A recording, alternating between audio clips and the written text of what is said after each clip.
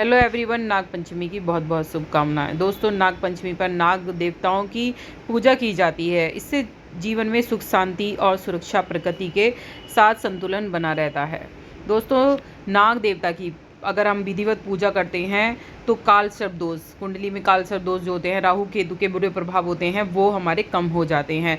भगवान विष्णु का सेवक माना जाता है। नाग देवता को भगवान शिव का आभूषण माना जाता है, तो इनकी पूजा विशेष रूप से करनी चाहिए। तो ये सावन के महीने में ही की जाती है। सबसे पहले मैं आपको इस वीडियो में दिखा रही हूँ कि किस तरह से आपको पूजा करनी है। तो आपके पास मूर्ति है नाग देवता की, तो आप वैसे कर सकते हैं मूर्ति की। अगर आपके पास नहीं है तो आप दीवार पर भी बना सकते हैं। किसी के यहाँ दीवार पर भी बनाए जाते हैं, तो मैं यहाँ कागज़ पर बना रही हूँ। 5 नाग बनाए जाते हैं, किसी के यहाँ 8 नाग बनाए जाते हैं, किसी के 12 नाग बनाए जाते हैं। तो 5 नागों का विशेष महत्व होता है। तो यहाँ पर मैं 5 नागों की पूजा करूँगी। तो अगर आप मेन गेट पे बना रहे हैं तो 3 एक तरफ बनेंगे, 2 एक तरफ बनेंगे। इस तरह से नाग बना सकती हैं। यदि आप किचन या कहीं पर दीवार पर बनाना चाहती हैं तो वहाँ पर भी 5 नाग बना सकती हैं। तो यहाँ पर मैंने एक पेपर बोर्ड ले लिया है। वहाँ पर मैंने एक स्केच की सहायता या फिर आप क्रेयॉन की सहायता से, काले क्रेयॉन की सहायता से इस तरह से 5 नाग बना लीजिए। तो 5 नाग बनाकर हम यहाँ पर पूजा करेंगे। दोस्तों, इस पूजा का बहुत ज़्यादा लाभ होता है, जैसे मैंने आपको पहले ही बता दिया है।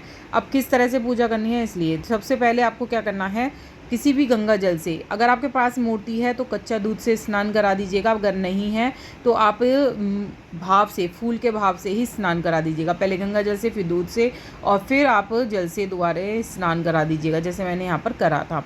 इसके बाद चंदन का तिलक करेंगे। तो 5 नागों को चंदन का तिलक हम करेंगे, और रोली, फिर इसके बाद रोली का तिलक करेंगे। तो दोनों ही चीज़ों का तिलक होता है यहाँ पर। ऐसे नहीं है कि सिर्फ आप चंदन का ही करेंगे, चंदन और रोली दोनों का ही तिलक होता है। पहले मैंने यहाँ पर चंदन का तिलक कर दिया है, अब मैं यहाँ पर रोली का तिलक करूँगी। अब मैंने यहाँ पर सभी को रोली का तिलक कर दिया है।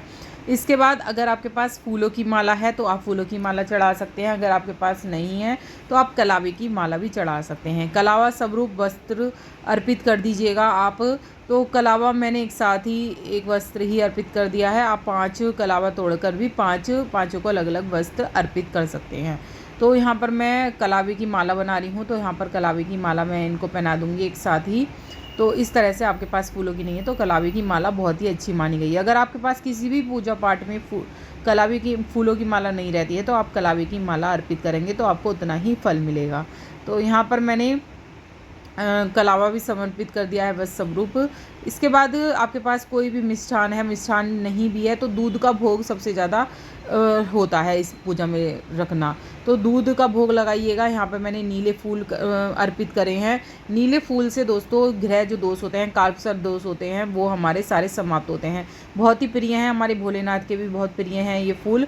और कालसर्प दोष और जो भी ग्रह दोष होते हैं उसकी मुक्ति के लिए यदि आप पूजा पाठ में इन नीले फूलों को, या अपराजिता के फूल हैं, इन फूलों को अगर आप चढ़ाते हैं तो आपको विशेष लाभ होता है। आपके पास ऐसी मूर्ति है नाग देवता की तो डायरेक्ट आप नाग देवता पर पूजा कर सकते हैं। अगर नहीं है तो मैंने जैसे बताया है ऐसे ऐसे पूजा कर सकते हैं।